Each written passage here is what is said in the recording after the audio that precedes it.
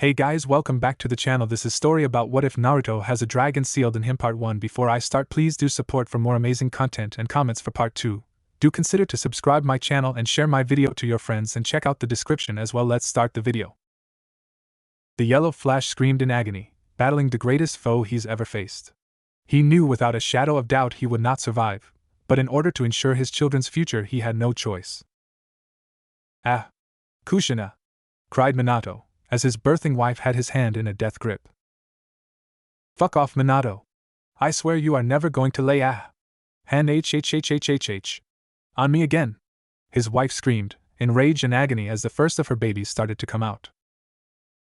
Be a man, Minato, you would have died long ago if you were in her shoes, but not us women, unlike men, we're strong. Biwako told the yandame, giving him a look of disapproval. Looking back down, she can see bit of yellow, red and orange. I can see the head just a little more, Kushina. Push! She screamed, and as told, Kushina pushed with all her strength, eager to get this hell over with. Ah! She screamed one last time before, a look of almost pure bliss and relief crossed her face. Oh, thank Kami-sama, it's over! She almost cried in happiness. Biwako put the baby to one side, before she came back to attending Kushina. Now for the other two. Crack! Went Minato's hand. Oh fuck! Minato, you are so dead! How dare you do this to me? After another few minutes of death threats made in the thorns of pain, Kushina finally gave birth to her 3 beautiful children. Biwako scooped up the children who were wrapped in blankets. Bringing them over to their mother, Minato went up to retrieve his children. Biwako pulled the children away from him. Oh no you don't, Ka-san's first, 2-san's second. She glared at the Hokage, who only sagged in depression. Damn right. After what I just fucking went through, I get first dibs. The redhead shouted, glaring at the man that put her through that pain and was formulating a plan to get back at him. But all thoughts of Minato's punishment left her mind for now anyway, as her 3 wonderful babies were given to her. This one's the oldest, Biwako told her, handing her the one wrapped in orange blanket. She almost squealed as she saw the yellow hair of the boy's father and opened deep blue eyes looking at her. The boy gurgled happily as his eyes saw his mother for the first time. Kushina touched the boy's cheeks. He grabbed onto it, chewing it a bit as Kushina pulled him closer. When he saw her crimson hair, he grabbed on it, tugging at it slightly. She knew the perfect name for her oldest. Hello, Naruto-chan. The baby looked at her as if he recognized that was now his name. Biwako handed her the second child. Unlike her brother, she was sleeping peacefully, though she would release a small whine every now and then as she moved, not wanting to wake up. The girl had crimson hair like her mother, but her face was mixture of both hers and Minato's. Her eyes were sharper than Naruto's, but not by much, and though her face was round there was a slight sharpness to it. Kushina knew that she would become quite the looker when she grew up and that she would have a hell of a job keeping the boys away from her daughter. Akami, she named her child, hugging her closer. The girl whined a bit as she started to wake up, but Naruto moved closer, interested in his Amuto. He hugged the girl, who calmed down in her Oni-san's arms. Naruto-chan's already acting like a big brother. She watched as Naruto curiosity inspected her daughter gently, who was leaning on him as she slept. She looked at Biwako, who handed her last child. And here's your youngest, she stated, handing a crying baby. Kushina smiled, trying to calm down her other son. She smiled seeing him look almost an exact replica of his Oni-san. But he shared the crimson hair of her and his Nei-chan. That was flat instead of spiky. She had the perfect name for him. Menma. The boy was a lot more timid than his older siblings. He was bawling his eyes out as Kushina rocked him up and down. However, this caused her daughter to whine as she was once again woken up by the turbulence. Naruto solved this problem by reaching out for his Ototo, who clung to him and buried himself within his Oni-san, just like his Oni-san was doing. Kushina could only smile at seeing her children huddled together around her oldest in the center. She just knew they were going to be the best of siblings, and that by the looks of it Naruto will be looking after his Amuto and Ototo. Minato had the same thoughts as he looked at his wife, holding their children. The peaceful time was interrupted though when, "Oh!" Kushina screamed, as pain came from the seal, earning a duo of cries and a whimper from Naruto. Shit, the seal! I forgot about it. Minato cursed as he rushed and put his hands back on trying to repair it before it breaks. Everyone was so lost in the new family coming together for the first time they forgot about the fox sealed in Kushina's gut. Don't worry, Kushina, I'll have him sealed back in a bit. Minato smiled, a drop of sweat coming down his brow as he struggled. Damn it, the seal almost broken, The Kyuubi could be released any time now. He looked back at his family, seeing Biwako taking the children to safety. With the resolve to protect those precious to him, he doubled his efforts. Oh! Turning to the source of the scream, the Yondaime Hokage's heart stopped. Standing over Biwako's body and two of his newborn children was a cloaked man in a yellow mask with a flame pattern on it. In the arms of the intruder was Naruto, a hand hovering over him threateningly as he whimpered and struggled not to cry. Step away from the Jinchuriki or this child will die in his first minute. Naruto! Both the blonde boy's parents yelled, their son was in danger. What are we going to do? We can't hand Kushina over to him, he's surely after the Kyuubi. Was Minato's thoughts. I have no choice, but to give myself up, our children's safety comes first. Deciding on her plan of action, Kushina began to speak when a miracle happened. Naruto was struggling in the man's arms. He didn't like this scary man and would much rather be back in the arms of that red-haired woman. But at last, no matter how much the newborn struggled, he couldn't get free. Giving a cross between a glare and pout, Naruto's baby blue eyes focused on the black hole in the man's mask. He didn't know what it was, so he did the most obvious thing to do when a baby is curious. He poked his finger in the hole. Fuck! You little brat! The man cursed, dropping the baby that almost poked his eye out. Naruto was laughing as he watched the man, trying to make his eye stop hurting. The man's watery Sharingan eye looked ahead, only to catch the fuzzy shape of the yellow flash charging at him with a Rasengan in one hand and his recently held hostage in the other. Shit! He swore again, struggling through the pain to activate his eye's power. As the Rasengan hit him, Minato watched in shock as the man walked right through him. Stopping before he hit the wall, Minato turned to see the masked villain making his way to his wife. But before he could act and save her, a sizzling sound reached his ears. With a panicked look, Minato looked down at his son in his arms, an active paper bomb attached to the boy's blanket. In the span of a second, Minato's eyes looked over to Kushina and then to his other children still crying on the floor. Damn, not enough time to save them all. Before another second could pass, he disappeared in a flash of yellow, the other two defenseless children safe from the bomb, but all alone with no one to protect them. 10 minutes late. Minato put down Kushina and their other children in the same bed that was currently occupied by Naruto. It was a struggle rescuing them, and the Kyuubi was now on the loss, but he would take care of that soon, though it would require him to make two big sacrifices. Kushina-chan, he whispered to his weakened wife.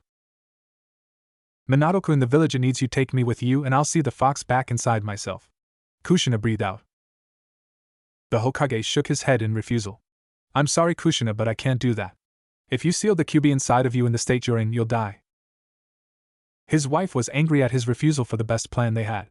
Minato stopped his wife. I already have a plan. He gave a sad look to their children who were now snuggling into their mother.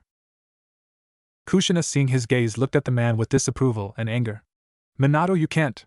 Not our children, she shouted, but she was too weak to stop him as he took their children from her grasp. I'm sorry, Kushina, but it's the only way. Don't worry, I'm sure you'll be fine without me. He whispered, a tear in his eye.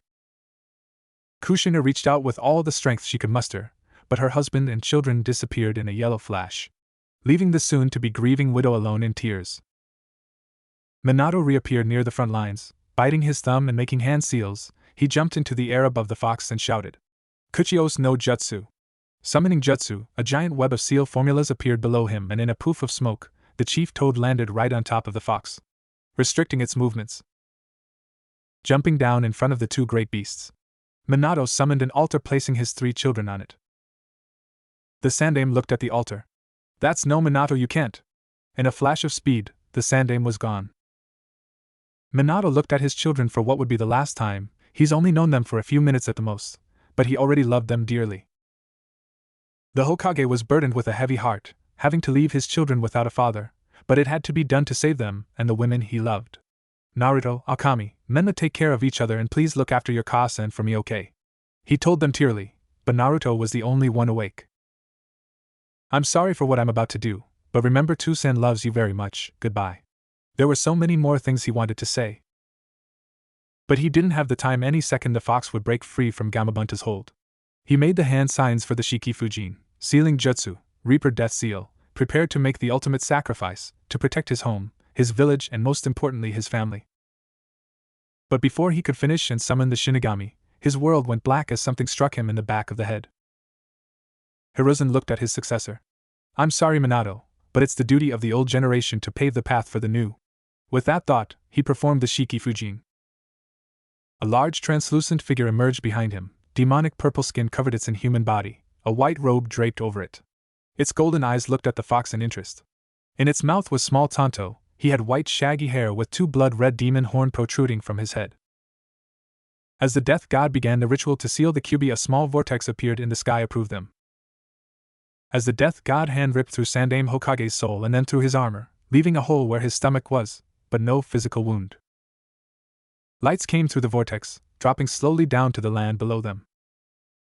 The Shinigami's translucent hand clung to the Kyuubi, and with a mighty push from Hiruzen the beast's soul was ripped in half. The old man watched as the beast's chakra was torn from it, and it decreased to a half of its former size. The man's eyes landed on the red-headed boy out of the 3 children before him. With a quick apology, he ordered the Shinigami to seal the chakra within the boy. As the soul was sealed away, the lights from the vortex increased in number. Lights of different colors congregated to their respective color, forming the shapes of red, sliver, green, black and white dragons. Too busy to notice the dying Hokage ordered the god behind him to seal the Yan chakra away. He chose the girl that had Kushina red hair before the 8 trigrams seal finished forming on the boy to her far right. The rest of the Kyuubi vanished as it was pulled into the girl. A red light swirled around her abdomen before it settled into the 8 trigrams seal. Before the Reaper could take his soul, however, the god looked up to see the glowing lights of 5 souls. Within accordance of his contract, his hand reached out to claim the souls of deceased dragons as payment for his services. Feeling the Shinigami move against his will, he watched as the hand grabbed the struggling specters of lights that were in the air. Having no idea what the lights were, he ordered the great deity of death to stop, but at last it no longer listened to his commands. Unaware what the lights the Reaper had were, he had no choice but to stop whatever the deity was doing. He looked to the last boy, the one that was spared the Kyuubi's burden. Sorry, I don't know what he's doing. Hopefully whatever that light is, it won't cause you trouble. Focusing his mind, he formed a hand seal and ordered the death god to seal the light it now held. The deity was grinning sinisterly as it prepared to devour the exceptional souls before him as payment for his summons. But his grin turned into a scowl as his summoner ordered him to seal his prey into the remaining child. Unable to violate the terms of contract that were set upon his summoning, he reluctantly let go of the souls he held and sealed them into the last child. Turning to the one who ruined his meal, intent on devouring the soul of the one who caused him to lose such delicacies. The Sandaime watched as the pissed-off death god approached him. Feeling his soul torn asunder, casting his gaze on the child whose seal was now forming. He had no idea what he sealed and only hoped it wouldn't cause the boy pain as he passed to the next world. Mount Myaboku. The millennium-old toad sage opened his ancient eyes, having dreamt a new prophecy about the child of prophecy. With his gravelly voice, he spoke of what he saw. A new entity will be born on par with the 9. One will be burdened with this new beast that came from others. They will experience great pain and suffering, losing those that should love them most.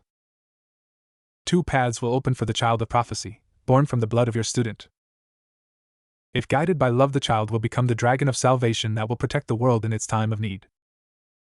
If it loses that love, they shall fall to ruin, leading themselves and the world to its end, becoming the dragon of destruction. Their union will bring new hope, or despair. If the child loses his light, darkness awaits those who took their beloved away. In a void of darkness rested a cage. Within that cage was a rainbow-colored orb. What happened? Came a somewhat female voice, with what seemed like a mixture of others. I don't know, replied a metallic voice. Like the one before, it sounded like multiple voices were playing in the background as it spoke. Then where are we? Came an aged, but almost lighter voice being heard over the multitude of others. Could this be the afterlife? This was another aged voice, but with a slightly deeper tone, being hard than most.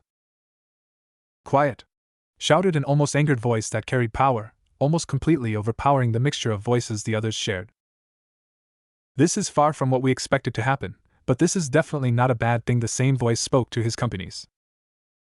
For now, whatever is happening, let's observe.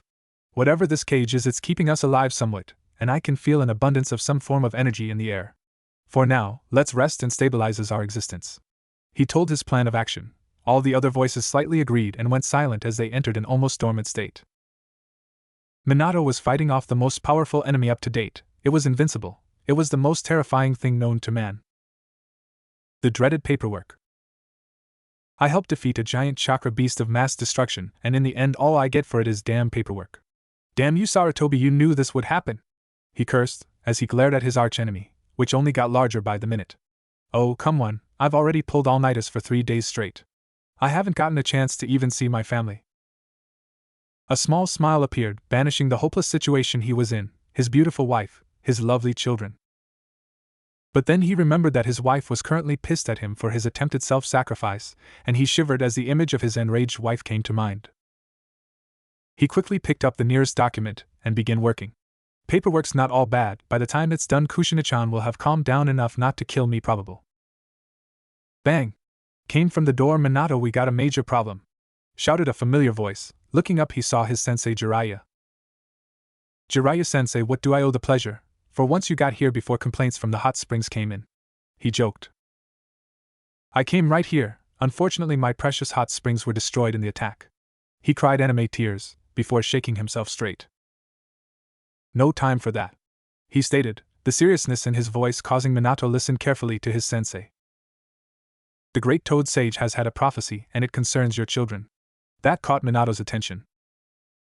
What? What do you mean it involves my children? He and his family only just survived by some miracle and now his family is in trouble once more. Calm down, Minato, we'll keep them safe. He made a hand sign activating a silencing seal, before pulling a piece of paper out of his pocket. Here's the prophecy. The sage began reading line for line what was on his piece of paper. A new entity will be born on par with the 9. One will be burdened with this new beast that came from others. They will experience great pain and suffering, losing those that should love them most. 2 paths will open for the child of prophecy, born from the blood of your student. If guided by love, the child will become the dragon of salvation that will protect the world in its time of need. If it loses that love, they shall fall to ruin, leading themselves and the world to its end, becoming the dragon of destruction.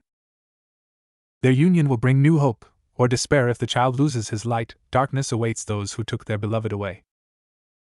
Jiraiya looked at Minato, his black eyes gazing into his student's blue orbs. It's hard to decipher, but several things are clear. The child of prophecy is one of your children. They will experience great pain if we don't do something, and they could very well end up dying and dooming the rest of the world along with them. He put the paper down on the desk for Minato to inspect at his leisure. He didn't want to believe in some prophecy, but there was one thing that made it creditable. First, we need to figure out what this new entity is. By the 9 we can be assured that it's referring to the Biju, but for something to be on par with them is almost unbelievable. I wouldn't be so sure of that, Minato commented, catching his sensei's attention. It would make sense if this new entity was another Biju. He told his sensei hesitantly, afraid what this prophecy could mean for his children.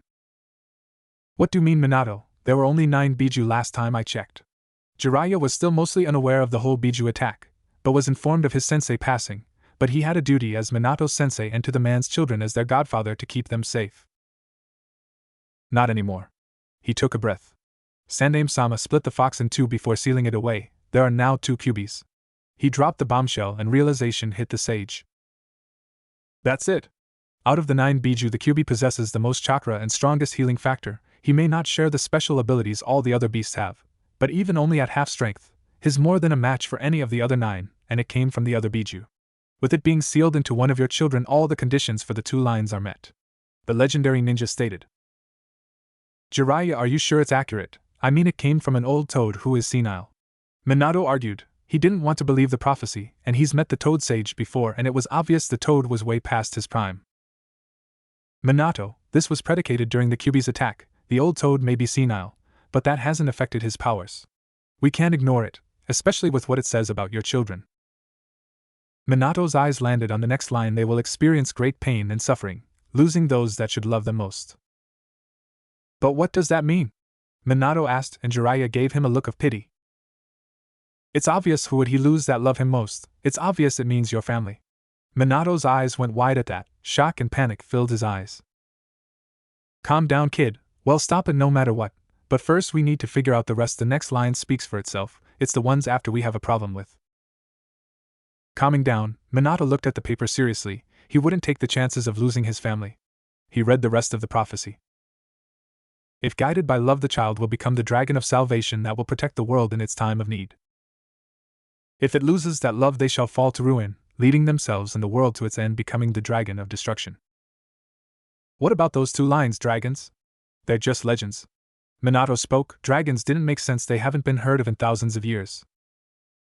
Dragons are known widely as deities of destruction or protection. It's most likely a reference to what the child of prophecy could become. We need to make sure that he goes down the right path. Jiraiya stated, and Minato agreed. He read the last part. Their union will bring new hope, or despair if the child loses their light. Darkness awaits those who took their beloved away. That last one is the hardest. It most likely refers to the QB being bound and controlled by your child or the two children fighting together. But if one of them loses this light, which can assume is a person they care deeply for, they will go down the path of revenge and darkness. Jiraiya spoke up. They had all the lines deciphered now, or at least understood it enough to make sure the child of prophecy saves the world.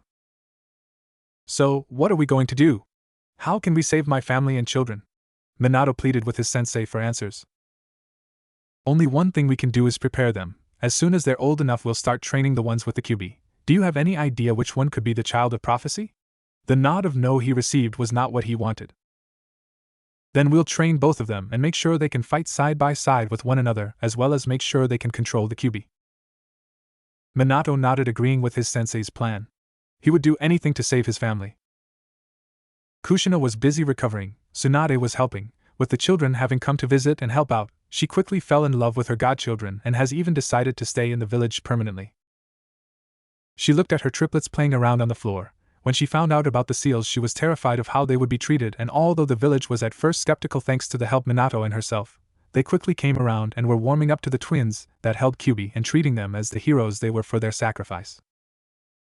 She giggled as she watched Naruto play with Akami, knocking her over. All of her children held different personalities. Naruto was most like her, always moving and playing around, taking the initiative. Akami was more like Minato. She still played with Naruto, but she was quieter and calmer until something got her hyped up. Menma was quietest and most like Minato. He would play on his own and was a bit shy. It reminded her of when Minato used to watch her from afar and would turn away in embarrassment whenever she got close. However, she didn't need to worry about him being antisocial as Naruto tackled his Oturo, gently coaxing him into joining the other two in play. Her Naruchan was such a considerate Oniai-san. He would always go that extra mile to make sure Menma joined them to play, bring the boy out of his shell a bit. She just knew Naruto would stand by his siblings and protect them. Over 2 years later, the day before the triplets' third birthday, Naruto and his siblings were sitting down on the settee. He sat in between his two siblings. Naruto was excited. Tomorrow marked the official start of his ninja training, and then he could start on his dream to become Hokage like his dad. His Ka-san and Tu-san came in and sat down. They seemed to have a serious look on their faces. Once sat down, Minato gave a heavy sigh. There's something very important we need to tell you. He waited until he had their undivided attention before continuing. You all know the story of Sandaime defeating the QB, don't you? They just nodded. How the Sandaime saved their Tu-san was one of their favorite bedtime stories. What I'm about to tell you is how he defeated it. Minato went on to explain how Menma and Akami had a half of the QB each inside them. Kushina had to stop herself from going over and hugging them. Menma was almost in tears now that he was told, thinking that he was the fox. Naruto just calmly listened and then looked at his two siblings who were about to cry. Looking at his Oturo, he leaned close and poked Menma's stomach, tickling him and causing the almost crying boy to laugh as Naruto kept doing it. Oniai-san, stop that tickles. Menma laughed. What, I'm just petting the fox. Naruto grinned before he turned to Akami with an evil grin. Akami backed away from her Oniai-san in fear. No, Oniai-san, don't you dare. Naruto pounced on her and started tickling her too. Ah. No, stop, Menma Toto, help. Menma latched onto his Oniai from behind, tickling him. Soon his Wani-chan joined in, and together they defeated their evil Oniai. Kushina and Minato could only join the laughter as the children had their tickle war. Once everyone calmed down, Minato ruffled Naruto's hair affectionately. Good job, kiddo. Of course, I'm the Oniai, I'll always protect my Amuto and Otuto. Naruto grinned ear to ear. Both parents knew they could believe in those words, and they both felt a pang of guilt, knowing how much he's been looking forward to tomorrow. Naruto, we also have something important to tell you. The young boy looked into his Tu-san's eyes with excitement, causing the man to grimace somewhat. You know what day it is tomorrow, right? He asked, and the boy jumped up and loudly exclaimed. Yep, It's the 3rd anniversary of the Kyuubi defeated and the Festival of the Sandame Hokage. Festival of the 3rd Fire Shadow, but more importantly, it's our 3rd birthday and the day we start our ninja training. Just wait, I'm going to be Hokage before you know it. He shouted, grinning from ear to ear. No way. I'm going to be Hokage Naruto Oniai-san, stated his smooth red-headed look-alike. Menma was smiling at his Oniai and the parents watched the sibling rivalry, before the talk turned for the worse. Tete Menmo Toto, you always copy Oniai-san, don't you? Giggled the middle child Akane. Both she and Menma looked up to their Oniai-san as their role model. But Menma was the one who tried to emulate him the most, down to his PJs, morning routine and of course his dream. Menmo Toto, it's so cute seeing you and Oniai-san together, you look so alike and act the same. She knew that the main reason Menma was so attached to his Oniai was because unlike the two of them he was the shyest of the children and had a hard time coming out of his shell. But Oniai-san always helps you out. No, I don't. If anything, he's copying me. The red-haired boy pouted, arms crossed, a slight blush on his face. Seeing his Ototo's embarrassment, Naruto got a foxy grin. Oh, and Muto, don't tease him after all, why wouldn't he want to copy this superstar? He exclaimed, pointing to himself and showing his 3-year-old muscles. There was silence as the younger duo of the triplets looked at their Oniai. Both picked up the close pillow and threw it at their boasting big brother. Pillow fight.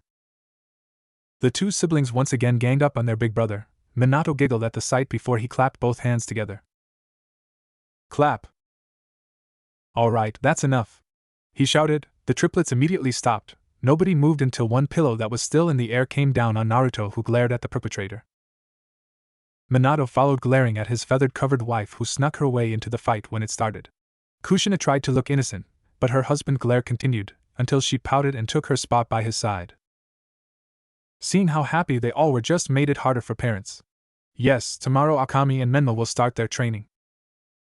Hell yeah! Menma shouted, excited like his Oniai normally would be. But his Wani and Oniai-san realized the absence of a certain name. To-san, what about Oniai-san? Won't he be training with us? Akame questioned, a frown marring her pretty face. Naruto looked at his parents in surprise, hurt and betrayal, which felt like a knife to the heart of both his To-san and Ka-san. Yes, about that, you see, we want to make sure Menma and Akame can control their tenants before you join. We don't want you accidentally getting hurt, right? Minato told them with sadness. His sensei was the one to recommend it, but it didn't make it feel any less wrong. Minato, we need to make sure both Menma and Akame are strong and work well together. I know it's hard, but I think we should have Naruto left out of the training at first, his sensei stated. What, but why? Minato pleaded, not wanting to push aside his own child. Don't worry, you can get back to him after a year or so once the twins have started getting the hang of the Kyuubi. We need to do this, Minato, to prevent the prophecy, and we don't want either of them hurting Naruto by accident, do we? Menma is slower and has confidence problems. He could end up getting jealous when both his Oniai and Wani are ahead of him, and if Naruto and Akame get closer it could put a bigger strain on their relationship. As the conversation he had with his sensei came to mind and he faced his Masuko's hurt look, he reminded himself that it was all for the greater good. It's only for a year, we'll get back and make it all up to Naruto once the two are up to speed, he told himself, but he was still pushing his oldest away even more. Don't worry, Naruchan, we'll get back to you next year when the two get up to speed, I promise, and Uzumaki never goes back on their word. His wife consulted their oldest, with a hug. Naruto looked up and asked, his voice slightly broken. It's to make sure Amuto and Otuto are okay, right? He asked, eyes sparkling with unshed tears. Yeah, don't worry, once they're up to speed you can join us again, Minato told him, putting a hand on his shoulder. Then I'll do it, next year I'll catch up and be Hokage before you know it, Naruto shouted, faking being strong to protect his siblings. Both his younger siblings gave a small smile. No way, Oniai-san, by the time you join I'll already be Hokage. Menma boosted, still copying his beloved Oniai. Yeah, you better catch up, training would be boring without our favorite knucklehead to liven things up, Akame joked, causing a moan of protest from her brother. Hey! Minato and Kushina could only watch, hoping they made the right choice. They were happy Naruto didn't seem to mind. Or at least as far as they could tell, as the boy put on a brave face for his loved ones. The next day, October 10th. Naruto watched as his godfather ignored him, handing presents filled with ninja equipment to his siblings. But it wasn't just him, everyone gave presents to only his Amuto and Otuto, all ninja equipment. He watched from afar as Menma and Akame opened their presents, showing off their new practice kunai and shuriken as well as their training outfits. He looked at his own presents sat in a corner all on his own. They were few in number, since most of the family, friends in the village seemed to treat his siblings better than him. But his parents brought a shirt, books and ramen. They were small compared to his siblings' piles of presents, but at least he wasn't completely left out. As his parents brought the birthday cake, a lone tear dripped down his cheeks. He didn't like being excluded. He hated it the village ignored him in favor of his siblings, treating them like heroes. He knows now why. They kept the monstrous QB at bay since their birth. The boy turned and went to his room, not being able to stand seeing his siblings celebrating and showing off their new training gear. If being excluded was what he had to do to keep his younger siblings safe, then he would do it gladly. After all, he was their Oniai-san, the oldest. It was his duty to look after his beloved Imuto and Oturo, protect them and keeping them from harm. After all, we are family, and an Uzumaki always stands by their family. He recited one of the Uzumaki clan's creeds. His Kasan made sure him and his siblings knew the importance of family. He took that to heart, and always made sure his siblings were safe and never showed how much he was truly hurt on the inside. He loved his family more than anything in the world, and that would be his greatest undoing. While the birthday cake was brought out, no one noticed that one of the birthday children wasn't there. They don't notice his absence as Menma and Akami blew out the candles. Nor did they notice that the part of the cake with that boy's name was the first to be cut and shared, leaving the cake with the icing that spelled out Happy Birthday Akami. Menma _ the name of the forgotten child was just cut off, forgotten for the first time as the rest of the family celebrated. Naruto went straight to sleep, eager to start the new day.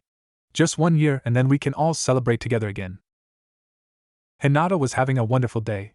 Her mother finally took her to the park to play with other children. She was so looking forward to it. As heiress, she wasn't allowed to play with the other children in the Huga compound. It was frowned upon for the heiress to associate with those beneath her. But her mother was finally able to sneak her out to play in the park. She was so excited to play with other children. Unfortunately, that's not what happened. Hey freak, get lost. We don't want your wide-eyed freaks playing with us. A 5-year-old boy pushed Hinata to the ground, hurting her. Yeah, your clan thinks you're all high and mighty, but I got news for you, you're not. Another boy shouted, grabbing Hinata by the hair, causing her to cry. Kaa-chan! She cried, hoping her mother would save her. Would you look at that? The Byakugan monster is calling for her monster Kasan. What a crybaby. He went to punch Hinata, but before he could, a fist came out of nowhere, knocking him back. Blue eyes glared at the 3 bullies. Boys shouldn't pick on girls, you big bullies. Hinata looked at her savior to see a boy about her age, bright blonde hair and an orange shirt with a red spiral on the back. Who do you think you are, you shrimp? Shouted one of the bullies to her savior. Me? I'm Naruto Uzumaki Namake's future Hokage, he exclaimed. Liar, Hokage-sama only has 2 children and they're both redheads, shouted one of the bullies. Naruto flinched at that. He knew that his Ototo and Imuto were the most well-known children, but it still hurt. I am to his son, Naruto shouted with pride. Hinata looked at her savior as he shouted. Oh really? Well then, we'll have to teach you not to lie about our Hokage, get him! One of the bullies exclaimed. Hinata watched in admiration as the boy who rescued her didn't back down. Bring it! I'll teach you not to pick on girls. One of the bullies charged, but Naruto weaved under his punch and threw an uppercut to the cheek. The bully staggered back, but Naruto wasn't strong enough to do more. One of the other bullies came and punched Naruto in the face. It looked like he was going to fall, but just before he did, he regained his balance. Naruto ran right at the boy, jumping in the air and counter-attacking with a punch to the face, sending the boy to the ground. Naruto landed on the boy and started punching him repeatedly until he bled. Shocked from getting their asses kicked by a 3-year-old, the 2 remaining bullies watched as their friend got beaten. When they finally came to, they charged and an all-out brawl ensued. Hinata watched in admiration, grimacing at the sight of blood and every hit her savior took. What she was seeing wasn't the sparring matches she was used to, but a straight-up fight where they tried to hurt each other as much as possible. There was no style, no rules, no safety measures, just children trying to kill each other. But she watched mesmerized, her pale lavender eyes focused solely on her savior. He was her age and size, but he was holding his own against the 3 5-year-olds. He was at a disadvantage, he was bruised and bleeding, fighting 3 against 1. But no matter how hard they hit him, he just wouldn't fall. Every time it looked like he was about to fall, he would stop himself by sheer force of will and then launch at his opponent, getting as many hits as he could in. He was like an unstoppable force. No matter how much they hit him, he just kept going back for more. Despite how much pain he was surely in, he didn't stop. He kept protecting her despite the pain, and that meant so much to Hinata. No one has ever gone so far for her before. The bullies were shitting themselves. Sure, they were almost double the boy's age, were bigger and stronger, and had him outnumbered. But no matter how much they hit him, the damn freak wouldn't go down. Every time it looked like they won, the brat would charge at one of them, attacking them wildly until they could get him. He just ignored most of the hits they inflicted and kept attacking. And to the bullies, who were used to beating everyone else easily, having someone that just won't go down was terrifying. "You monster, just stay down already," one of them roared. The fight continued for a few minutes until the bullies started to wear down from Naruto's consent charges. The psychological damage done by the fact that he kept coming and coming, added to their own injuries, caused them to flee in terror from the monster. "He's a monster!" they shouted as they fled. Hinata looked at her blonde savior. He looked to her, he was breathing heavily and bruised all over. His blue orbs looked at her, and she felt a warmth spread through as her heart and pulse quickened, and she felt all fuzzy inside. "What's happening to me?" "Oni-san!" shouted a duo of voices as two redheads showed up. "What happened?" asked a girl with long red hair that went down her back and violet eyes. She wore a purple training outfit with red on the trims and a red spiral on the back. "Hey, are you alright?" stuttered the boy. He looked like an exact replica of the boy who saved her, but his hair was flat and smooth instead of spiky, more like her own. He also had violet eyes, but there was a tint of blue in them, making them look darker. "Otudo, Emoto. I'm fine, just a fight." Naruto smiled, his bruised and bloodied face on display. "You don't look fine. Once I get my hands on the ones who did this to my Oni," the Akami went off, causing her two brothers to move back. It was scary how she acted so much like their Two-san 1 minute and then became like their Ka-chan when enraged. Oni-chan, Menma whispered, causing the girl to calm down. "Damn it, Naruto Oni-san, what were you thinking getting into a fight? You haven't started training yet," she admonished. Naruto just smiled. "Well, I had to save this girl and besides I won." He laughed. "You won, but what would have happened if you didn't, and we didn't make it in time?" she said as she turned her eyes to the young Huga. Hinata jumped as violet eyes landed on her. She started to squirm as the other boy looked her way too and all eyes were on hers. Menma blushed as he caught sight of her. "As she's so beautiful," he thought in a trance, feeling so embarrassed. Naruto paced his siblings and made his way to the Huga. Thump thump, thump went Hinata's heart as the boy approached her step by step. Thump thump thump thump thump, thump it got faster as he got closer. Naruto lowered himself down until sapphire blue met lavender. Hinata felt heat rush to her face as a fuzzy feeling overcame her, and she blushed. "Hey, are you alright?" Naruto whispered gently. His voice was so kind, so soothing, that Hinata just got lost in it, and could only dumbly nod as she admired the handsome boy in front of her. "Good," he whispered. A hand gently reached out and patted her ruined hair down. Hinata almost let out a hum of approval as she felt the boy's fingers stroke her hair lovingly. "A pretty girl like you shouldn't cry." Hinata blushed, disappointed when his hand left her head. "I'm Naruto Uzumaki Namikaze," he smiled and then pointed to the girl. "And that's my Emoto." Hinata followed Naruto's finger like she was in a trance at the boy in front of her every beck and call. Her eyes landed on the redhead girl, who greeted her with a nod. "I'm Akami Uzumaki Namikaze. Sorry about that, Oni-san can be a handful at times." She smiled, Hinata just nodded back, still in her daze. She followed Naruto's hand as it pointed at the boy on instinct. "And that's my Oturomi," he stated, but was cut off as the boy tried to introduce himself, emphasis on tired. "Emmi Menma Yuzu Uzumaki na Namikaze," the red-headed boy that looked like a copy of her savior stuttered, madly blushing. He was belittling himself for stuttering and was extremely jealous of his Oni-san for being so close and touching her silky blue hair. Naruto looked back at the girl. "And you?" he asked, his bright blue eyes sparkling. "Hi, Hinata Hyuga." Hinata squeaked back, blushing a great shade of red like Menma did before. Naruto just gave her a smile that took her breath away, holding out his hand. "So, would you like to play with us?" Hinata was in pure and utter bliss, plain and simple. Not only did this kind, gentle, wonderful boy save her, but he was offering to let her play with them, which was something she always wanted to do. She took his hand slowly. She basked in how warm and soft it felt and allowed Naruto to pull her up. When Naruto started leading her away, she followed like a lost puppy who just found her new owner. What followed was the best times of her life. Naruto-kun was so kind and caring.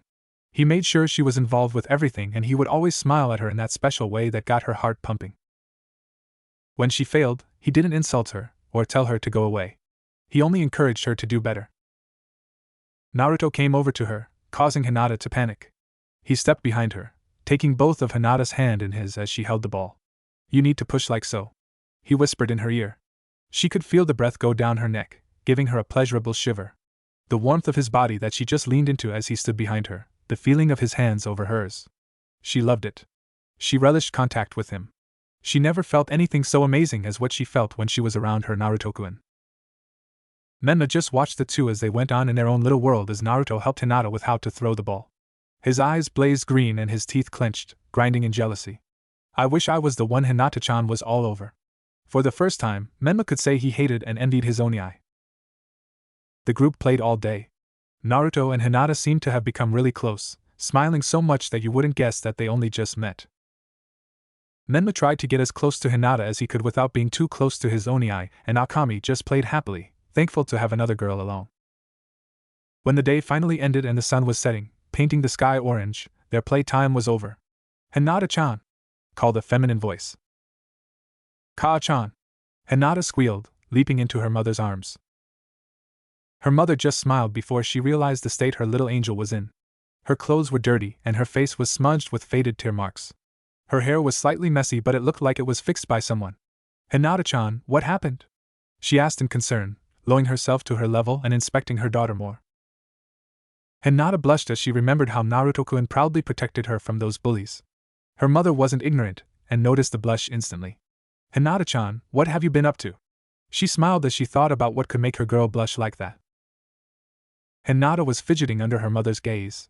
Some bullies. At the mention of bullies, an almost lavender flame burned into the Huga mother's eyes, causing the girl to almost shout out the last bit. "But Naruto-kun saved me." Hinata covered her mouth, blushing bright red at what she just shouted. "Hinata-chan!" Naruto shouted, running to Hinata's aid at her shout. "Are you alright?" he asked, looking around. "Did those bullies come back?" Her mother just smiled as the bruised boy looked around for anyone trying to hurt her daughter. It was obvious by his state that he fought very hard to protect her. "So, you must be Naruto-kun. Hinata-chan told me you saved her from some mean bullies. Thank you so much for saving my daughter." She smiled, causing Naruto to blush as he looked at the women in curiosity. "Oh, how rude of me. I'm Hitomi Hyuga, Hinata's Ka-san." She introduced herself. Naruto did the same. "Naruto Uzumaki Namikaze, and don't worry, I'll always protect Hinata-chan. That's a promise, and I never go back on my word because that's my nindo," he proclaimed, causing Hitomi to laugh. "Well, please take care of my daughter.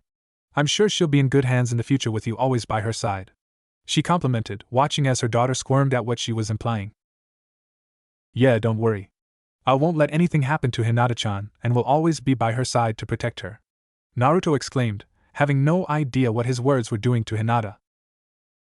"Oni-san, it's time to go," called his punctual Imuto. "Okay," he called back. "Bye Hinata-chan, I hope we can play again," he said as he left. "Bye Naruto-kun, Menma and Akami," she shouted, getting waves of goodbyes from all of them. Menma was especially happy when she said his name. Hitomi gave her daughter an evil smirk. "So, my Hinata-chan's got a new boyfriend. Make sure you look after him, he's a keeper." Hinata turned bright red as thoughts of her and Naruto-kun becoming a couple in the future come to her mind. She did something which will become a long-time habit of hers. She fainted. Hitomi caught her daughter as she went limp and fell to the ground, mumbling Naruto-kun. "Yep, he's definitely a keeper," Hitomi remarked before she picked up her daughter and left. Naruto was walking back, a smile on his face as he and his siblings talked about the day and their new friend. However, when they got back, they were not met with a welcome home, or at least Naruto wasn't. "Naruto Uzumaki Namikaze!" their mother shouted, scaring the hell out of triplets. They looked up in fear as the red-hot habanero was on a warpath. All the children were shaking in their boots as their mother stopped in front of Naruto. "Naruto, what is the meaning of this?" she shouted, pointing to 3 adults and children who were beaten up. Naruto recognized them as the bullies that attacked Hinata-chan, and his blue orbs got darker as he glared at the bullies, making them squirm. I was told you beat these 3 boys up, is that true? She asked. Naruto gave a nod, still giving the 3 a glare of hatred.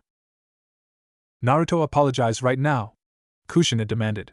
Naruto looked at his Ka-san in surprise. But Ka-chan, he tried to explain, but was cut off. No buts, young man. You can't just beat up 3 innocent boys. If this was what you would have used it for, it's a good thing you didn't start your training. You need to be more responsible, now apologize. She told the boy, having no idea what her words were doing to her son as she demanded him to apologize, not knowing what really happened. Naruto shook in hurt and anger. His Ka-chan refused to hear him out, and she reminded him about that he was excluded. But worst of all he could see was Hinata-chan's crying as she screamed for help. No, he whispered. What was that? Kushina questioned, not having heard him. No. I won't apologize when it was their own fault, he shouted, taking everyone aback. Rule number 1 in the Uzumaki Namake's family: never, ever, make Kushina mad. Then you're grounded. And you can go to bed without dinner tonight. Their Ka-chan roared, not used to being ignored, nor shouted at. Naruto reluctantly made his way to his room, sending a glare to the bullies that promised payback if he ever saw them again. Menma and Akami really didn't know what was going and were too scared of their Ka-chan to speak up to their Oniai's defense. They weren't there to see the fight nor what the bullies did to Hinata, even if they knew about it. They watched as their Ka-chan went back to apologizing to the parents. About a month later, December 27th. Hinata became an almost unofficial member of the Namake's family. Kushina loved having her around and visiting her old friend Hitomi. This went double for the kids, and Hinata loved being able to see Naruto every day, who kept his promise of keeping her safe despite the constant telling-offs by his mother. Today was the day Hinata turned 3 and Naruto was looking forward to giving his best friend his gift. But sadly, one thing stopped him from rushing over to see Hinata straight away. Ka-chan, do we need to go? Why, Naruto, as his Ka-chan put a kimono on him. It was orange and had the Uzumaki crest on the back. Yes, Naruto, it's an important event for the village, and as the family of the Hokage, we need to attend, his Ka-chan told him, finishing tying his kimono. But it's Hinata-chan's birthday today, he whined again, not wanting to miss the first birthday they had as friends. I know, but we can't miss it. These peace talks are a major event, and besides the Huga, who requested special permission to miss it for Hinata's birthday and integration as clan heir, everyone has to attend. Her oldest pouted at this. He really didn't want to miss Hinata-chan's birthday, and it hurt his mother to see him so down. Tell you what, I'll see about asking Minato if we can leave early to see Hinata-chan, okay? Naruto brightened at this. Really, Ka-chan, we can see Hinata-chan after? His Otoro asked with hope, having grown attached to the Huga as much as Naruto. Kushina just smiled. Yes, I promise. All right. Both boys cheered. Akami giggled. She too was happy to see Hinata, but wasn't as vocal. All right, let's go, Kushina stated. Menma and Akami each grabbed one of their Ka-chan's hands while Naruto took point. It was the standard Uzumaki Namake's formation. The youngest protected their Ka-chan from the sides while Naruto protected both his Ka-chan and his siblings from the front. At least that's what they bragged about and made holding their Ka-chan's hand sound cool. A few minutes later, Naruto was standing next to his siblings, father and mother. The citizens of Konoha littered the streets, parted down the middle as a parade came down along with a single carriage. The carriage stopped outside the Hokage Tower, and out came a man with brown hair and headband with a symbol of a cloud on it. Greetings, Ambassador of Kumogakure. Konohagakure and the Land of Fire welcome you into our home. May this treaty bring everlasting peace. Minato smiled as he greeted the Kumo ambassador, offering his hand. Greetings, Hokage-sama. The ambassador bowed. I too hope these peace talks go well for our countries. He shook Minato's hand, causing more cheering from the crowd behind them. I see you brought your children. His eyes landed on a pair of red-headed twins. Both felt a shiver go up their spines as the man's eyes gazed at them longer than necessary. Naruto moved in front of his Ototo and Imuto, earning a silent thank you from both. Naruto gave a small bow. Greetings, Ambassador-sama. I hope you find Konoha to your liking during your stay, Naruto said slowly. He acted polite since he was taught how important it was to show respect as the Hokage's son, and his Ka-chan will give him hell if he didn't. But on the inside, he wanted to beat up the man who was giving his beloved siblings a weird look. Ah, what polite young man. I didn't know you had a third child, Hokage-sama. Your red-headed twins and their beautiful mother are well known in the elemental nations as the last true Uzumaki. He bowed again to Kushina. his eyes staying on her form too long for Minato's or Naruto's taste. Yes, well, Naruto here inherited my hair, but that doesn't make him any less Uzumaki. As a matter of fact, he takes after my wife the most. He told them before waving a hand inside. Now let's continue with the meeting inside, shall we? Of course. The ambassador followed Minato and his family in. Several hours later, Naruto and his siblings were mingling with the guests, mostly the other clan heirs. He didn't get along with most of them, besides the Akimichi, Nara, and Inuzuka heirs. His Imuto got along with the Yamanaka heir quite fine when she wasn't fangirling over the Uchiha, and Menma seemed to get along with the silent Aburame clan, which both joined Naruto's group after he got the two silent people to join in. The Uchiha heir also joined them and he was cool, though he bragged about his niece and way too much. Now he knows what others go through when his Ototo brags about him. It was getting late and the boy couldn't keep his mind off the one clan heir not there, Hinata-chan. He went over to his Ka-chan, who was smiling as she talked to her friends, the mothers of Konoha's clans. Ka-chan, can we go and see Hinata-chan now please? Naruto asked. It was getting late and he wouldn't be able to see her before bedtime if they don't leave now. Looking at her son, who was giving her puppy dog eyes, she gave in. Okay son, I'll go and ask Toussaint first. Okay, wait here. Kushina ruffled her son's hair before she went to see her husband. Minato was talking to the ambassador with his sensei Jiraiya next time. Minato-kun, Naruto wants to go and see Hinata. Is it okay if we leave early? She asked, causing the three men to look at her. The ambassador seemed to give a strange look as he asked. Leaving so soon, Kushina-sama? Minato was about to give the okay when his sensei put his hand on his shoulder.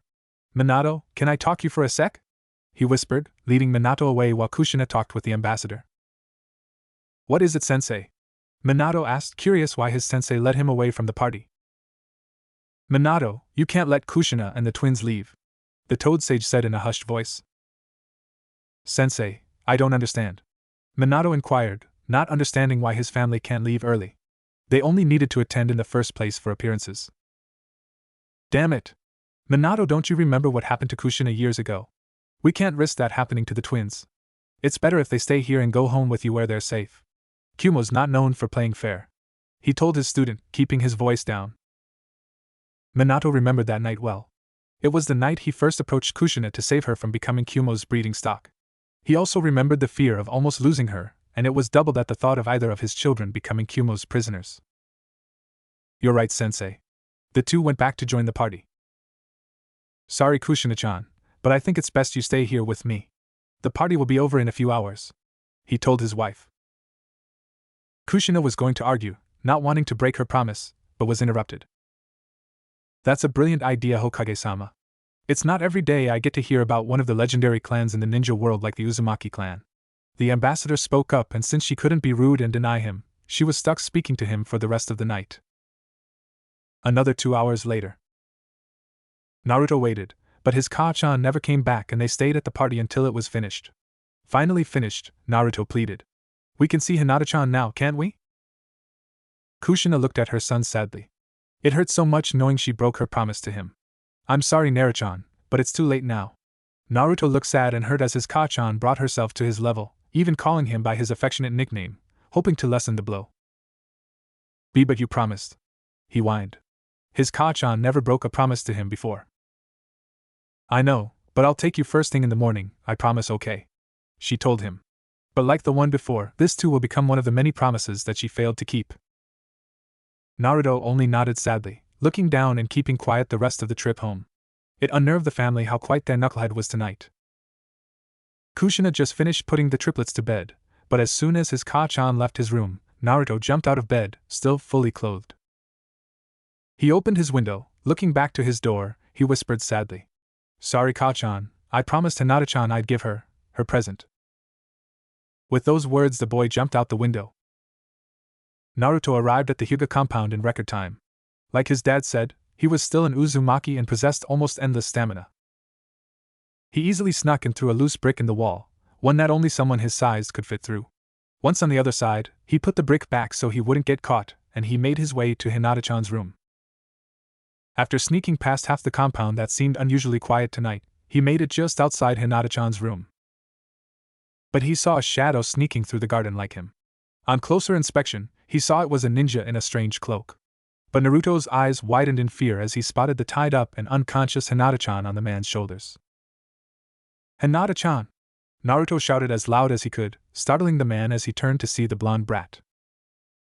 Naruto charged, shouting, "What the hell have you done to Hinata-chan?" The shout woke up most of the compound. The ninja turned, seeing lights coming on and footsteps heard, not concerned with the blonde brat at all. This was a big mistake, because like a blonde-haired rocket, Naruto covered the distance between him and the man in an instant. Naruto readied a punch and hit the man right below the legs, where a man's most precious treasure laid. "Fuck! You damn brat!" he cursed as he held his damaged balls. After the last few months of street fighting and the momentum behind him, Naruto's punch packed quite a wallop. The man dropped the kidnapped Huga heiress and Naruto rushed to her side, untying the bindings. He shook Hinata, who groaned, starting to wake up. The man could clearly hear the coming Huga, who now knew he was here. He had to deal with the brat quickly and leave as he went through hand signs. Lightning style, thunderbolt. He called out blue lighting from his hands that headed straight to Naruto. Naruto looked at the lightning just in time to see it hit him. His whole body was shocked as it hit him, and he gave a silent scream of pain as the electricity filled him, destroying his nerves and killing him. Hinata woke up just at the moment to see Naruto trying to scream in pain as blue light electrocuted him. "Naruto Kyuen!" she cried in horror as her beloved was being murdered right in front of her. Naruto, just barely conscious, struggled to look at her. He couldn't let her down. He had to protect his most precious person. "I can't give up, Hinata-chan needs me."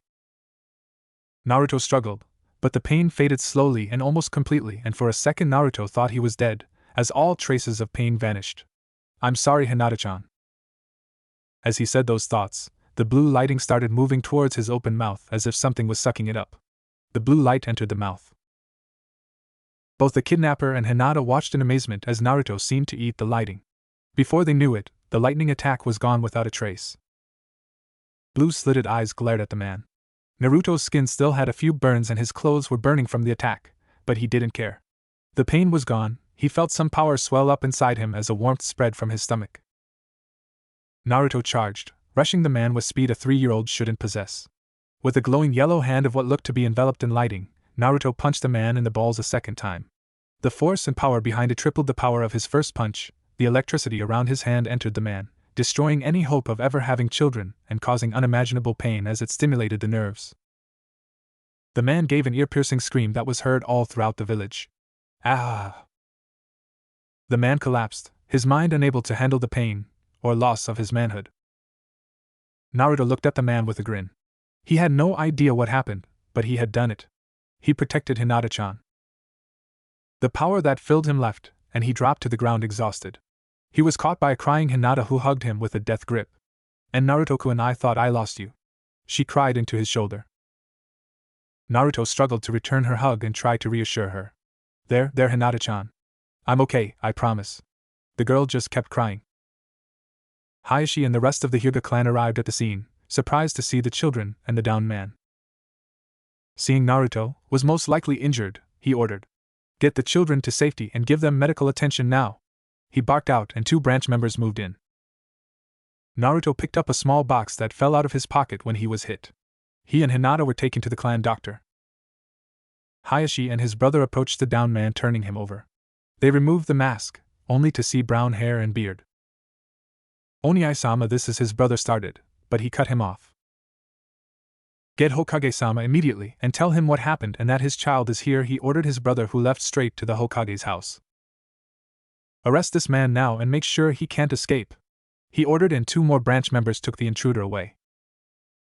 Hizashi arrived at the Hokage's residence and rang the doorbell a few times. Ding dong, ding dong, ding dong. "What?"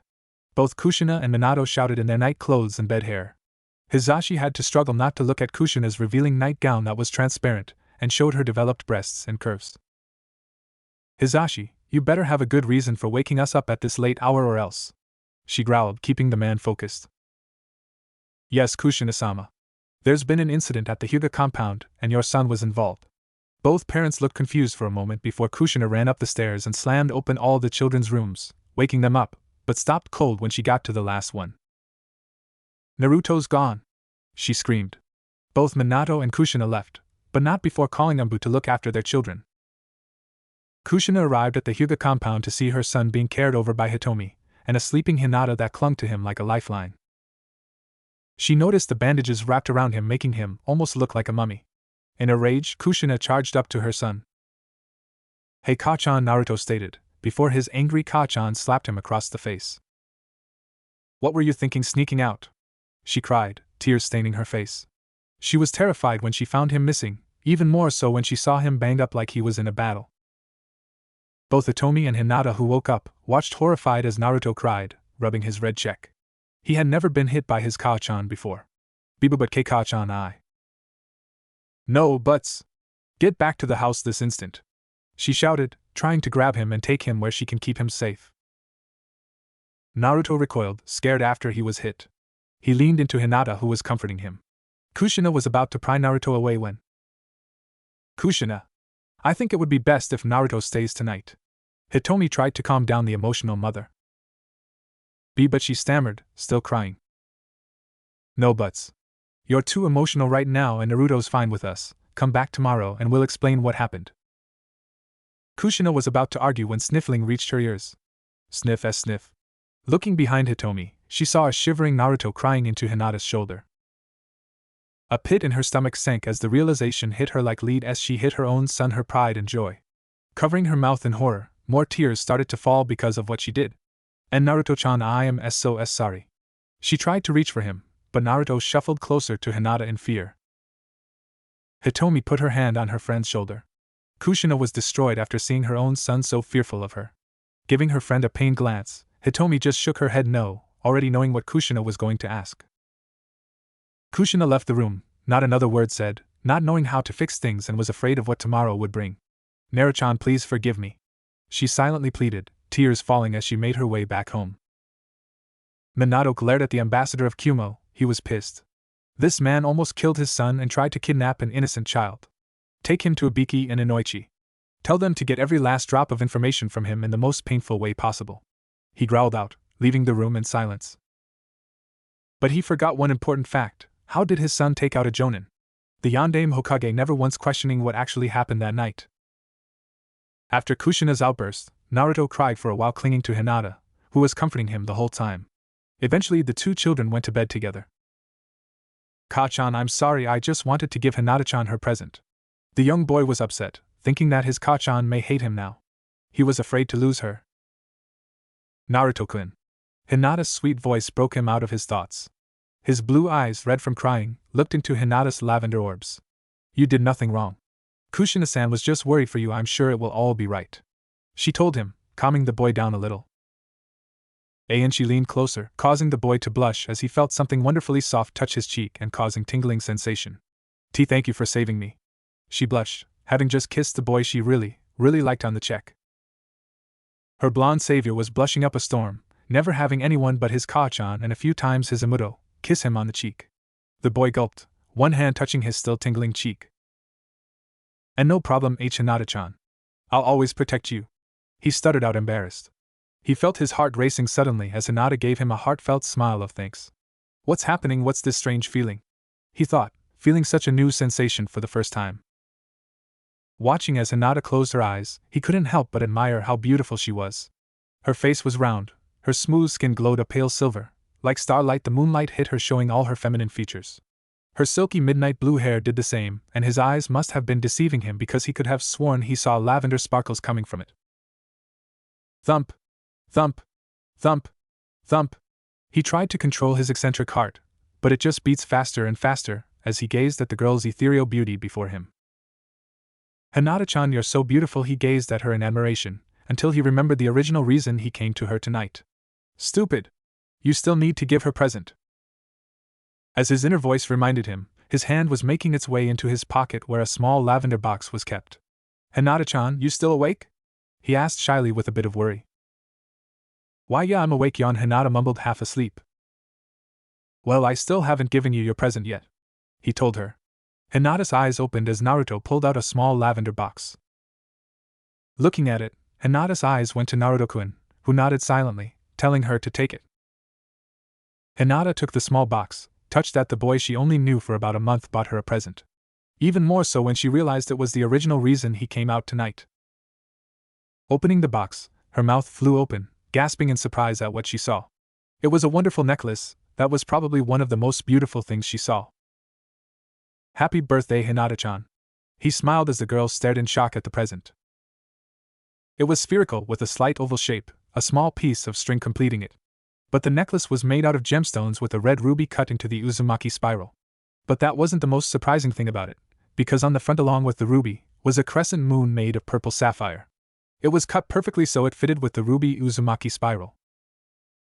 Picking it up to examine more clearly, she notices that the main part of the necklace was thicker than she thought. Turning the necklace around, there was a sun made of orange topaz. Like the moon on the front, it was cut so it fit perfectly into the center of the ruby, but in the center, a contrast of the orange was the bright red of another ruby stone, cut into the shape of the Huga flame. And Naruto-kun, it's beautiful. She stuttered in astonishment. The necklace in front of her would have Okami-sama. This must have cost a fortune. Why you didn't need to spend that much on. She was cut off by Naruto. Don't worry, I got a lot of money for my birthday since Kachan and Tusan couldn't buy me anything special since I wasn't joining in on the training. He told her, smiling, which made it worse for the girl. As heir to the noble Huga clan, she could tell this was one of the most expensive things she's ever seen, and it would have had to be custom bought to get it cut like this. One part of her was delighted over the fact her Naruto-kun spent so much for her. The other part, however, couldn't help but feel incredibly guilty that he spent so much of his money on her. And Naruto-kun, I don't. She was once more cut off. Hinata-chan, that is a present from me to you. If you don't accept it, then it would have been such a waste since I had it made with you in mind. If you really want to thank me for it, then wear it, and show me how beautiful it looks on you. He smiled, causing the girl to blush at what he was implying. She handed Naruto the necklace, and he was about to protest but was cut off. Will you put it on me, Naruto-kun? The boy took the offered necklace, nodding dumbly. Making his way behind the girl's neck, he clicked the necklace into place.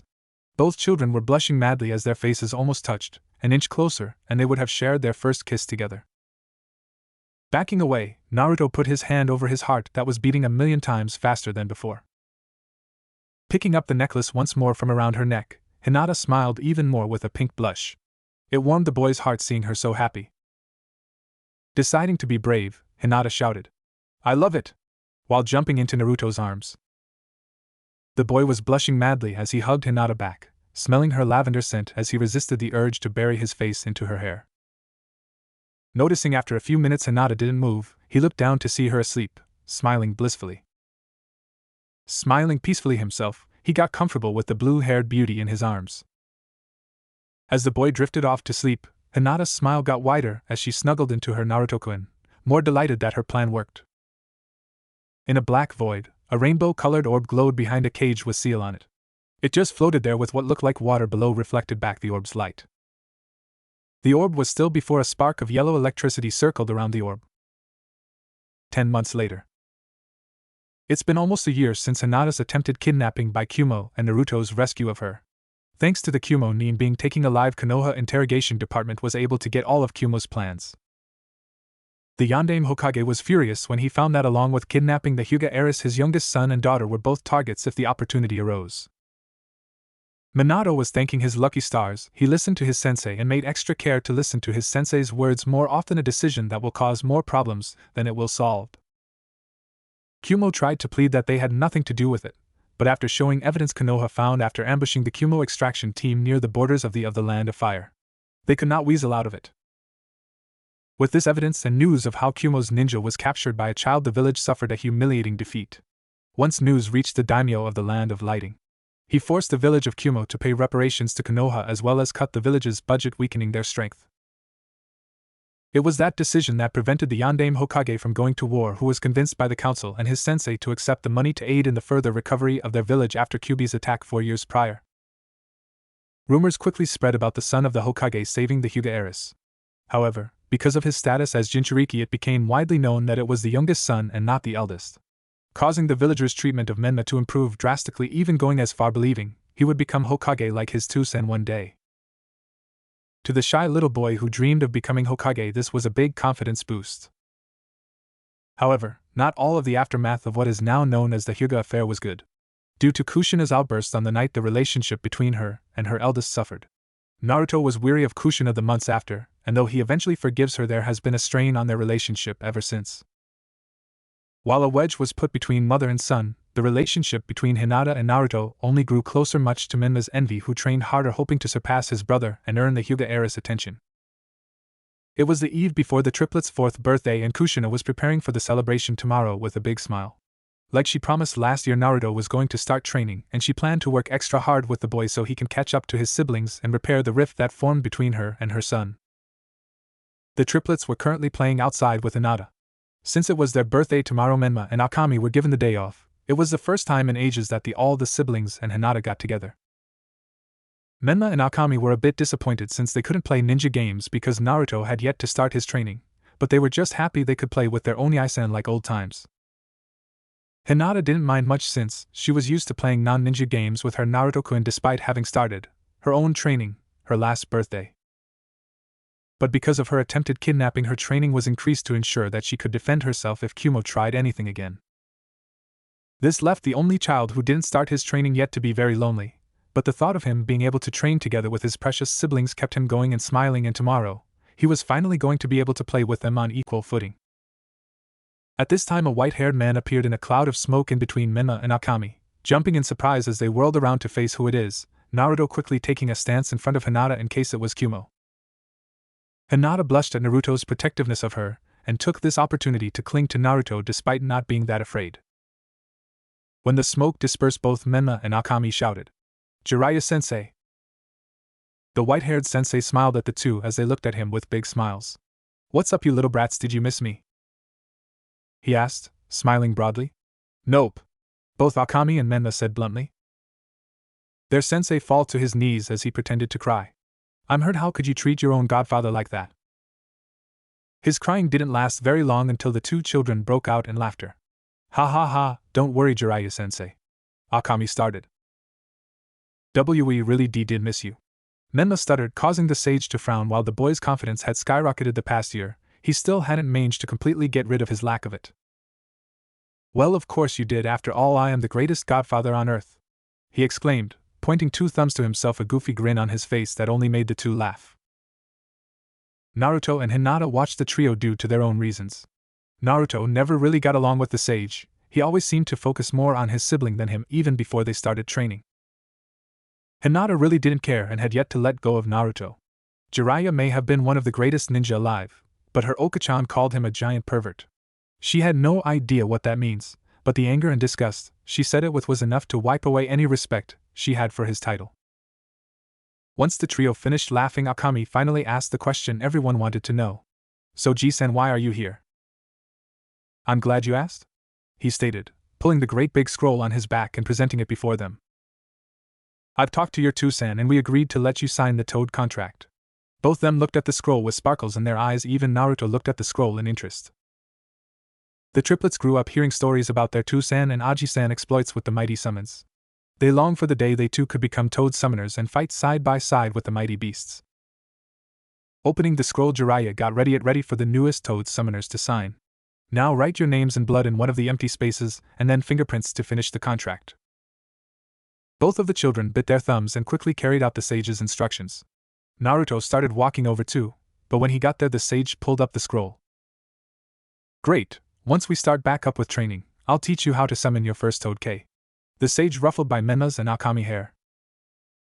"Happy birthday, you two." Naruto could only watch with slight shock, and Hinata glared at the sage for completely ignoring her Naruto-kun. As Menma and Akami started talking about the toads they were going to summon, Naruto approached his godfather. "Jiraiya-sensei, what about me?" "Who?" The sage huffed, forgetting about the oldest sibling. "Aren't I going to be allowed to sign the contract too?" the little boy asked with hope, only to have his dreams crushed. "Sorry, boy, but you're not ready for something like this yet. Maybe once you've trained a bit, but not until then." Naruto only frowned, his eyes looking downcast at the ground. He quickly put on a fake smile and tried to think more positive thoughts. His siblings didn't notice, too engrossed in their own talks, but Hinata did and hated seeing her Naruto-kun excluded out. "Well then, what are you going to teach me?" he asked, excitement in his voice at the thought of finally starting his ninja training. "Who?" the sage said confusingly, having no idea what the boy meant until he clarified. "I mean, I'm going to start training soon too, aren't I? What I'm going to learn?" Will it be fireballs, or clones, or the cool flashing jutsu you used just now? Naruto asked excitedly, his early disappointment gone as he imaged himself doing all the cool things he's seen and heard ninja do. Crap, I totally forgot about him. Minato promised he'll start training the boy this year, but Menma and Akami need it much more if the prophecy is to succeed. Looking at the excited boy, he didn't know what to tell him and just ruffled the boy's head like he did with the other two. We'll see. The boy was ecstatic. He's seen his godfather do this to his siblings all the time, but he never remembered him doing it to him. The boy thought his godfather was finally acknowledging him, and couldn't wait to join him and his sibling for their next training session. But he was sadly wrong on that thought because the sage walked away. We can't take the boy on for training I'll speak to Minato and sort it. We can't have it compromising the prophecy. Naruto went back to Hinata, who was worried something just felt off between Naruto-kun's talk with the Sannin. Hinata-chan, her mother called, coming to pick her up. Hearing this, Hinata quickly looking to the entrance of Namake's/Uzumaki household, seeing her smiling mother. Menma quickly turned to say goodbye to Hinata. Bye hi. His goodbye was muffled though, as Naruto beat him to it. Bye Hinata-chan, I'll see you tomorrow. Naruto smiled at his best friend, who blushes at his attention. In a moment of bravery, Hinata hugged her Naruto-kun, her face turning bright red as she wished him a happy birthday. Bye Naruto-kun and happy birthday. This shocked Menma, making jealous as he watched Hinata-chan hug his Oniai-san. This didn't go unnoticed by Jiraiya either. Well, isn't this interesting? The kid's got himself a childhood crush. The sage was delighted at this revelation, thinking he finally found a way to solve the kid's confidence problems. Hinata pulled away, blushing heavily, unable to meet Naruto's eyes, who was blushing himself, not expecting the sudden display of affection from the usually reserved Huga. Sure, it happened before, but it was usually him that did it, and when Hinata was upset and not the other way around. Hinata fingered the necklace Naruto gave her last year, remembering all that happened that night. I'll give you your birthday present tomorrow, Naruto-kun. Naruto smiled brightly. He couldn't wait to see what she got him. Turning to Naruto's sibling. Bye Menma, Akami, see you tomorrow. Bye Hinata, Akami called, waving her hand. Menma looked up at hearing his Oni-chan shout goodbye. Bye Hinata-chan, he said quietly and half-heartedly, but she still heard and smiled at the boy, causing him to blush. However, his blush disappeared when Hinata sent a loving look to his Oni-eye before running off to her mother. Akami and Naruto went to the gate, waving their friend goodbye until she was out of sight, leaving Menma to sulk on his own. You know, if you really want her attention, you need to grow stronger and take the intuitive. Looking to his right, he saw that the words of wisdom came from his godfather. Would Hinata-chan really notice me if became stronger? He asked, the hope in his voice obvious. Of course, take it from me. I've been with hundreds of ladies and they love it when a big strong man takes charge. Believe me, just get stronger and the little Huga will be all yours. The sage encouraged, hoping his plan would work. Menma's eyes sparkled as he thought of Hinata-chan clinging to him and not his Oni-eye, and he blushed at the thought of her hugging him. I'll do it. I'll train harder and become stronger for Hinata-chan, he shouted in a burst of confidence. That a boy, and don't worry, I'll help you all the way. Jiraiya ruffled the boy's head before going in. Menma glared at remembering the hug Hinata gave, and he felt a strong sense of anger towards his beloved Oni-san. I won't lose Oni-san, not anymore, and defiantly not Hinata-chan. With that promise made, Menma went to the back to get some training in before dinner.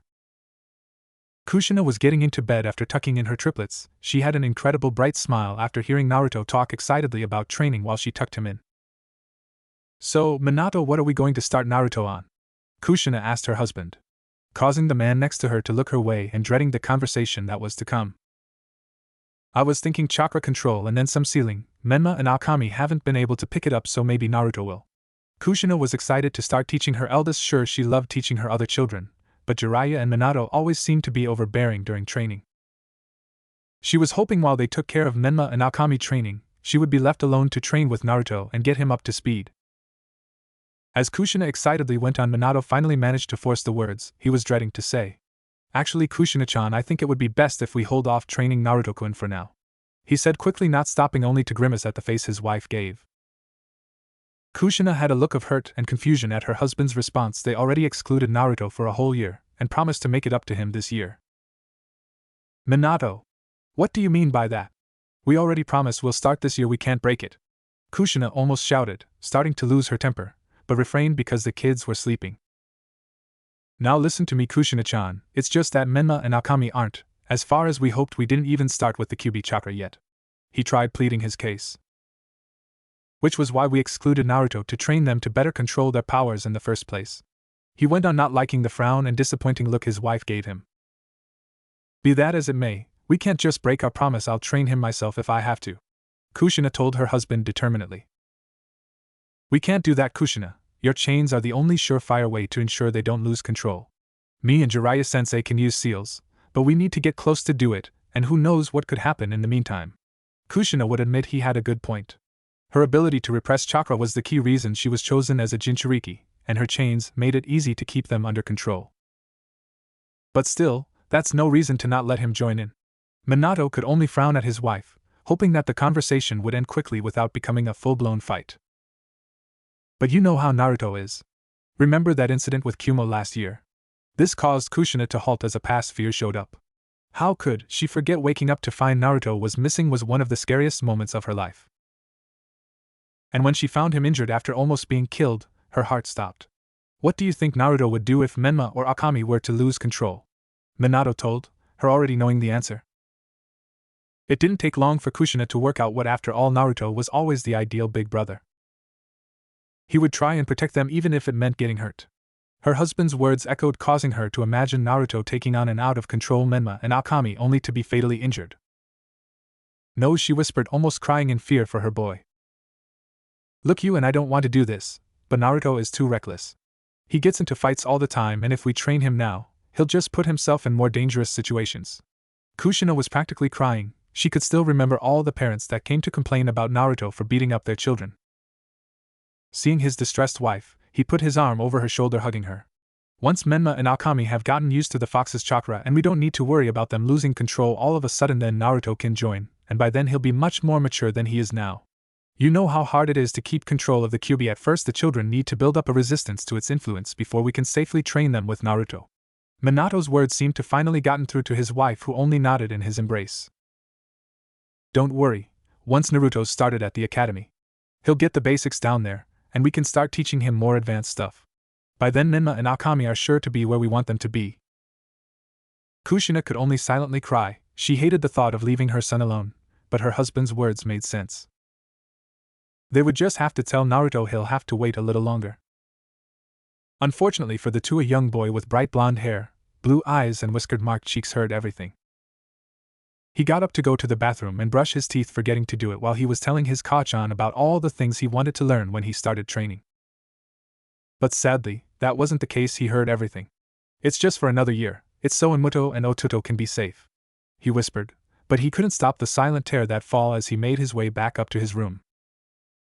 If it was for his family, would do anything. He was the oldest, so he would make sure his siblings are safe no matter what. The next day, the Hokage's family was once more holding a large celebration for their triplets' birthday. There were a few more people this year, most of them here from Menma and Akami. All except one. Naruto was waiting in the corner watching while his sibling tried to perform the summoning jutsu. When Hinata and her family arrived, she immediately went to Naruto, spotting his bright yellow hair straight away, and went to give him his present. "Naruto-kun," she practically sang. Naruto put up a fake smile, trying his best not to show his disappointment. "Hey, Hinata-chan." Hinata felt that there was something off with Naruto's smile and presented him with his present, which was really big. It might have been the biggest present there. Naruto looked at the surprisingly huge gift Hinata presented with a blush. Embarrassed, having never really received such a big present before, he felt a smile come to his lips as he accepted it and began opening it. "I hope you like it?" Like was an understatement. He practically loved her. Hinata-chan outdid herself. There wasn't just one present, but several. There was a custom-made ninja pouch and shuriken holder along with custom-made shuriken and kunai. These weren't the practice tools his siblings got, but real ones that looked like they were made of silver. There were also 3 scrolls for learning the most basic academy jutsu, the Bushin, Kawarimi and Henji no Jutsu. Finally, there were 2 books, one about chakra theory and the other about trap making with a beginner starting kit. "I thought that with this you'll be able to catch up to your siblings in no time, and now that you're starting your training." She blushed, fidgeting with her fingers. The delight he felt went away and a frown appeared on his face at remembering the fact he won't really be able to use them. "Naruto-kun, is something wrong?" Hinata asked, worriedly scared that he didn't like the present she brought for him. No, it's not that, it's just I won't be able to use them. His voice was small as he looked sorrowful at what was the best present of his life. What do you mean? Hinata couldn't understand why he wouldn't be able to use them. I'm not starting my training this year. He sighed, the thought hurting him after remembering his parents' words last night. Oh, why not? The shy Huga almost shouted. She knew just how much he was looking forward to this. Otuto and Emuto aren't where Ka-chan and Tusan want them to be yet, so my training's on hold for another year, he told her sadly, watching her get angrier at those words. Well, you can train with me then. The offer intrigued him and made him happy, but he couldn't really say yes. I doubt your Tusan and clan would allow it. After attempts to join Hinata's training sessions, he learned firsthand that he wouldn't be allowed to just join.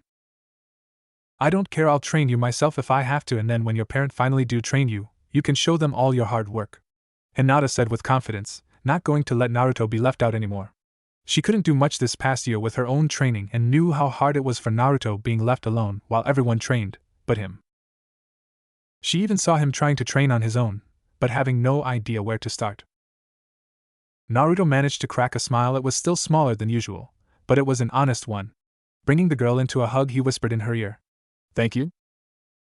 Feeling the heat going to her face and desperately trying not to faint, Hinata just hugged Naruto back.